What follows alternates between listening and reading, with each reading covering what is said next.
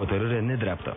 Mai bine decât dumneavoastră, nu putem și decât noi ceea ce s-a întâmplat în sală. Păcat că n-ați putut dumneavoastră asista, ca oamenii din această țară, așa sărași cum sunt și cu problemele care le au, să vadă că într-adevăr justiția românească este una care într-adevăr este pusă la zid. Pe tot parcursul audierilor, Sișu și-a susținut nevinovăția și a declarat că este victima unei inscenări. Eu am ales să rămân la proces pentru că sunt nevinovat și de-aia am stat aici ca instanța să vadă că vreau să mă pun la dispoziția ei.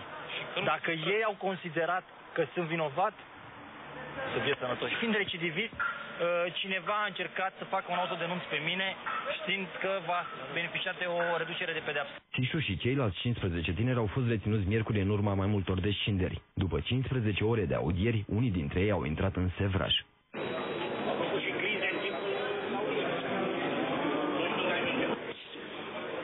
Floare la ureche, nimic, pentru că consumam eu e nimic. Ești consumator de droguri? Da, consumator de droguri. Și pentru că consumăm ce îmi face acum e pur și simplu apă de ploaie. Surse din anturajul reperului spun că Sișu se va duce în această dimineață la arestul de la cercetări penale fără să fie nevoie de intervenția polițiștilor.